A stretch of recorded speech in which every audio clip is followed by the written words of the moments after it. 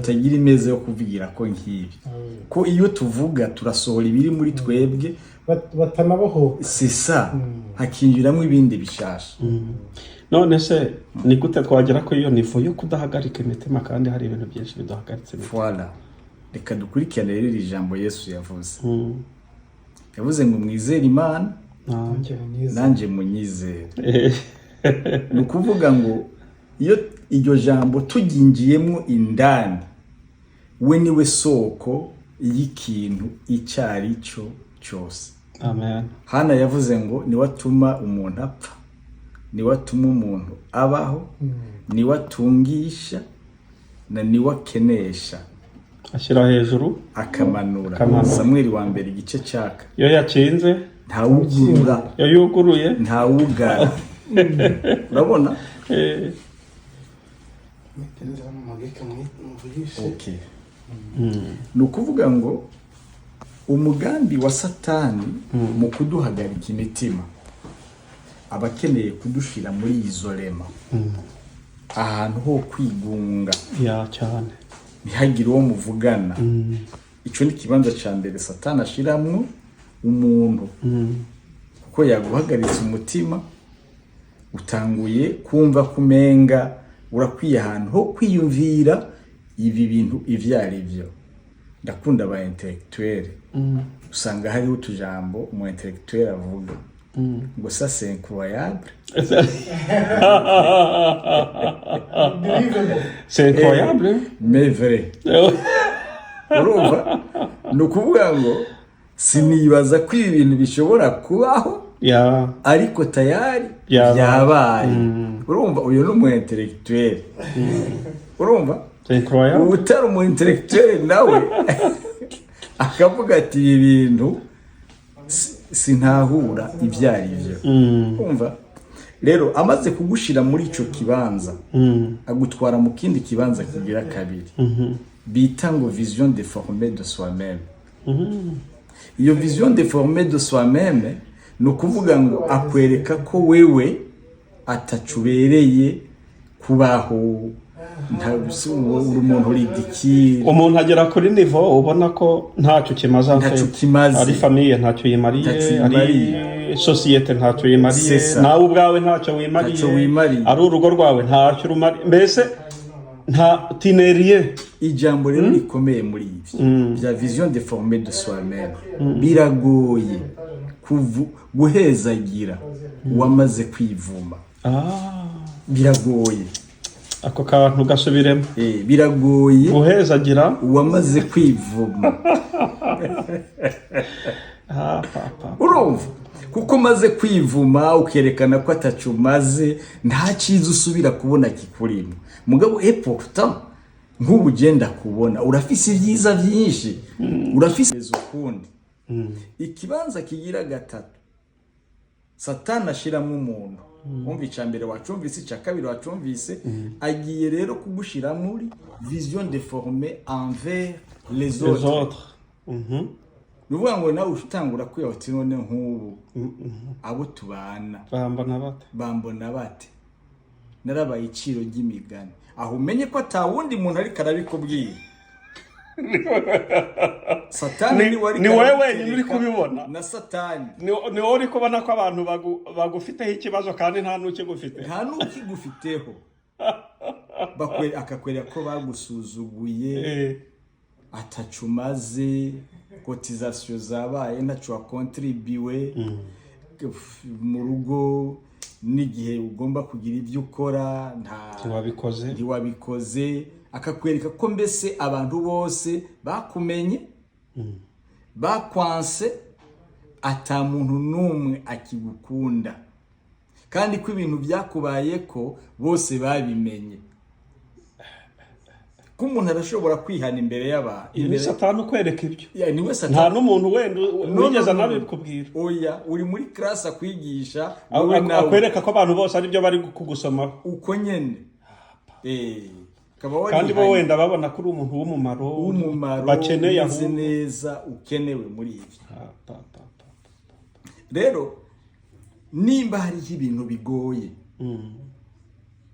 nukumenya uti ego narihanye, hari ibintu natunganije ariko kandi nubwo abantu baba babibona ukundi hagati yawe n'Imana hari imigenderanire myiza nukwiye kwita ku by'abantu petetere baba bibaza ukwiye kwita si wowe wabyigize nukuvuga rero iyo vision déformée envers les autres urakwiye kuyikuraho kuko nabo harabakurusha kuba uko wewe umeze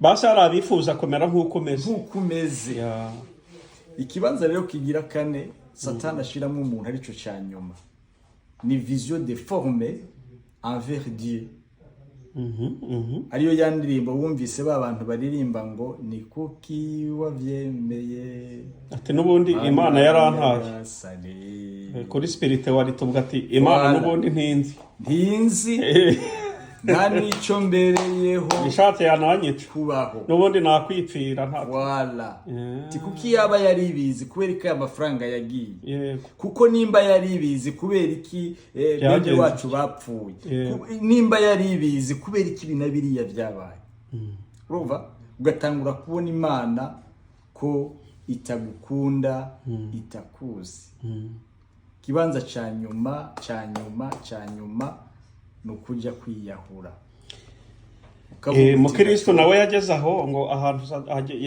ngo Satani yamufungiranye mu gihome bita igishidikanyamana donc ngo amwereka akajyazana paroni ngo akajyazana inkota akazana umugozi ati nubundi ntacyo kimaze voilà iyahure noneho ngo akoze mu mufuka ngo asanga yagendanaga urufunguzo bita ibyasezeranijwe amen ngo arukubise mu rugi rurafunguka ahita asohoka ngo acika igihanda bwihebe uwo muntu bamwise gihanda bwihebe niwe wari waramufashe ngo amufungira muri gereza bita ishidikanyamana ariko kumbi ngo ayikubitirwamo ngo ku gihanda bwihebe cyarazaga buri munsi kikamuhanda inkonje mu mutwe kikamukubita kikazana imigozi ati nubundi ntacyo maze yakira umugozi bakawufata akawureba kikazana inkota ati tere ntacyo kimaze ngo ariko disi akoze mu mufuka basanga ngo igihe cyose amaze mwiyogereza ngo yagendanaga urufunguzo bita byasezeranijwe ngo akubise mu rugi ngo rurakinguka ngo ariruka acika gihanda bwihebe ngo gisigara kimureba gutya nacyo kihebye ataracitse shaka rero abantu benshi iyo gereza bajya bayikubitirwa cyane kandi bafite urufunguzo ahubwo hari ikintu nje gusanga ubwabyo kujya muri insolitude imeze gutyo ubwabyo no gupfobya Imana ikurimo cyane no kudaha agaciro uw'Imana daboro yakugizeho kuko nubwo umeze utyo hari benshi uruta kandi uracyariho turi ikimuga uracyafite umutwe utekereza ufite agaciro ko ampurisi ntoro wagereka no kuba uri umuntu w'Imana uri umukozi w'Imana byakagombye guhumura amaso ukagira kwizera komeze nkaho uri kureba hakurya y'imisozi igihari utazi uko n'ukuri urabona Yuda na Petero ni mu bishishwa ba Yesu yego abashakashatsi berekana ko icyaha Yuda yakoze ari gito kurenza Pawulo Petero yakoze uko Yuda ntiyigeze yihakana Yesu vraiment we yaramudandaje gusa kandi yarazi ko amafaranga aza kuronka yarazi ko ari urufaranga yiririye ko n'ubundi byo bashaka batabigeraho cyane yahati kante nkurikije uburyo muzi ndetse uri bumwice kabisa rero igitangaza cyabaye umwanzuro wa Yuda wabaye mubi gusumba wa Petero kuko Yuda yabaye muri solitude Yuda yagiye muri vision déformée de soi-même Yuda yagiye kuba mu kibanza cha vision déformée envers Dieu kuvuga ngo mbega Imana kuba nagurikije umwana w'Imana ibi abibona Imana ibibona gute hanyuma afata umwanzuro wo kwiyahura mugabo Petero mpamagayira abantu bose kumera nka Petero n'igihe adwebera mu mazi yagwanya hamagara Yesu aravuga ati mfasha kuko nari nje ndakugana. Yuda ntuze Petero yarabonye ibyabaye yanka kuba muri solitude, aravuga ati no ibyabaye namwihakanye n'ibyo bose babimenye, atubure igikurikiraho ndagomba gukurura amosozi kugira ngo ndire nsaba imbabazi. Kuko ijambo ry'Imana muri Zaburi 51 kubereka ku murongo wa 2 ugakomeza, Dawidi yaravuze ngo iyawe ushaka ibimazi mba ndabiguhaye, ngo ariko ndazi ko icyo wifuza ari umutima umenetse. Umutima umenetse utuma uba muri presence y'Imana, ukavuga uti nubwo byagoranye Imana byagoranye ibibona. Petero yagiye agwana arondera mu nyonga y'Imana, Imana iramwemerera biciye muri Yesu Kristo ko ategeza kubana nawe. Uribuka ko yamubwiye ngo Satani yagusabye kugira ngo akugosore, ngo ariko nagusengeye kuya numara gukomera ukomeze n'abandi. Rero ndifuza ko abantu bose badukurikirana ntibabe muri ivyo. Ijambo rivuga ngo nimuhagarike imitima mwizere Imana nanje munyizere. Nubwo byoba bimeze gute dutegeza kwizera Imana. None suppose wagira iyihe nama umuntu wageze ku urwo rwego abona ko nyine izo nkingi zose twavugaga z'ubuzima zarangije kunyeganyega, ageze ahantu nyine abona ko ntacyo akimaze, ageze ahantu abona ko Imana yamutaye, ageze ahantu abona ko urumva spirituality ifite ikibazo, imibanire ye n'abandi ifite ikibazo, wenda afite n'abarimwe amadene,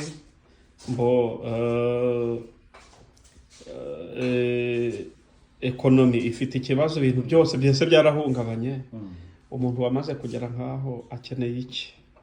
Ariko ari umukristo amplis. Nifuza gutangariza abantu bose bari muri ibi bibazo, kuko abaswere bavuze ngo isi ntisakaye, ngo nimba utaranyagirwa ejo ushobora kunyagirwa. Kandi niko kuri, ushobora kubona twatiri ishobora gukwira mondanti. Nukuvuga ngo hano haba hatwikira, ariko ahandi rero ubukiri muri kariya karere ashobora kuba ataranyagirwa, ariko niyashika mu kindi kibanza araza kunyagirwa. Hakaba n'undi mugani w'igiswahili uvuga ngo usicheke mamba kabla haujavuka mtoni. Bisobanurwa ngo ntutwenge ingona ukavuga ngo iri mu mazi utararujabuka. Gusa ushobora kuyitwenga kuko ibarabara ryawe riri muri ya mazi ukaza guhura nayo. Ntuyitwenge utarajabuka uruzi cyane. Hari undi nawe yakoze inspiration ko ari ya jambo riri mu itangiro ndumva inkuru hariya havuga inkuru ziriya nzozi Yosefu yarotoye, umwami yari yarose, zivuga ko hazabaho imyaka 7 y'uburumbuke n'indi myaka 7 y'inzara. Ariko yabonaga inka z'iminanu zirya zibyibushye, akanabona amahundo y'amasaka y'imishishi yanze kwera ari kurya amazima. Noneho anagira inama umwami atugomba gushaka abahanga bazajya bahunika ibintu bizatunga abantu mu myaka 7 y'uburumbuke, bikazabatunga muri ya myaka 7 y'inzara.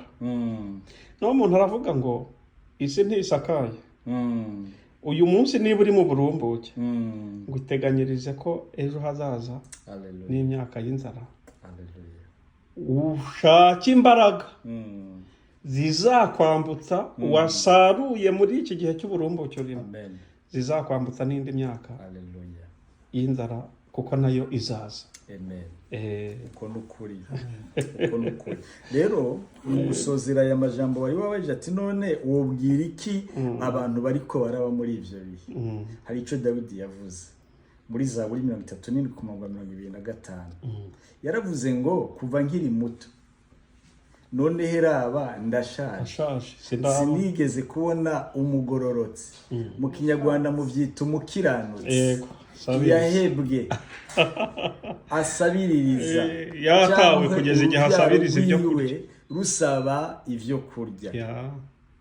Iri jambo abantu bose baryumve yuko Imana idaheba umuntu wayo uko vyogenda kose. Ijambo ry'Imana riravuga muri Yesaya ngo umuvyeyi arashobora guheba umwana yavyaye mu nda. Ariko uhoraho ntashobora kuzoheba abamwizeye.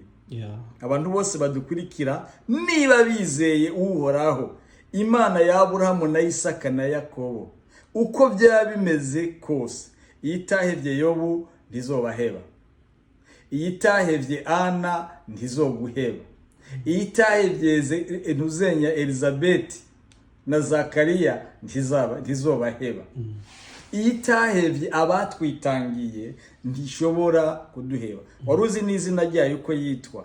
Iyo Mana dusenga yitwa Mudahemuka, irindi yitwa Mwizigirwa, ishobora byose, umwamenye n'amahoro, ubutware no kuganza biri kuri we, n'umwami w'amahoro, nta mugororotsi yahebwe, ntaho nigeze ndabibona.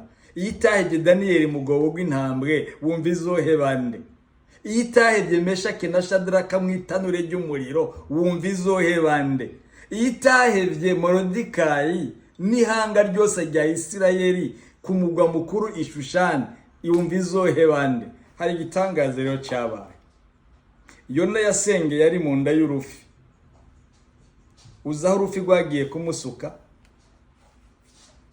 urufi rwagiye kumudahwa, rumujugunya n'ubundi aho yahungaga. No kuvuga ngo umugambi w'Imana urashobora kuguta aho utashaka kujya. Irashobora kuguta muri prosperite utanayishakaga, kuko nigo ruzi urimo. Iyo iraza aho igutwara, aho Imana idutwara ni heza. Amen. Apostle, urakoze cyane. Yesu abaho umugisha. Urakoze cyane, reka udusengere. Ego, Mana turagushimiye, izina ryawe nirihabwe icubahiro. Turasengera bene data bose, inshuti z'umusaraba, abari mu isi, abadukurikirana ku mbuga za Evangeliser le Monde TV na Kwera Yesu.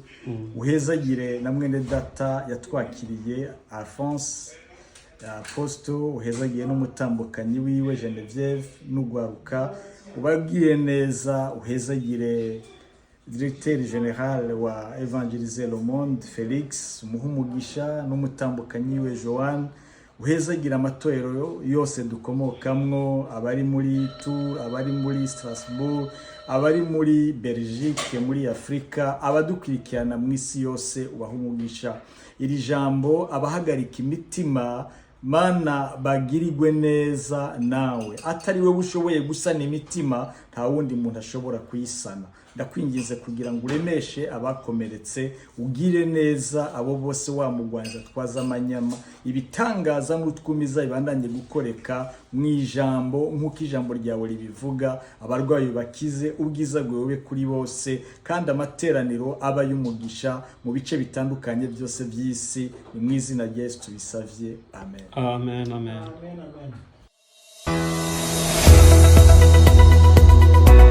Evangeliser le Monde Pro, serivisi dutanga, dufata kandi tugatunganya amafoto n'amashusho y'ubukwe bwawe neza, ndetse n'ibindi birori bitandukanye. Urifuza gukoresha YouTube, tugufasha kwagura YouTube channel yawe vuba. Ukeneye channel yo kugura, nabyo turabigufasha. Ufite channel ariko wabuze kushyiraho ibiganiro, tugufatira amashusho tukakweditingira, ndetse tukanabigushyira kuri YouTube channel yawe mu gihe gito, nawe ubutangiye kuryoherwa n'ifaranga rya YouTube. Kubifuza ko ibirori byabo birebwa mwako kanya ku isi yose, dukora live streaming. Ukeneye kwiga gucuranga piano cyangwa gitari, aho waba uherereye hose ku isi tubigufashamo utiriwe uva aho uri. Dukorera mu Rwanda no mu Bufaransa. Waduhamagara kuri izo nimero ubona kuri screen yawe. Evangeliser le Monde.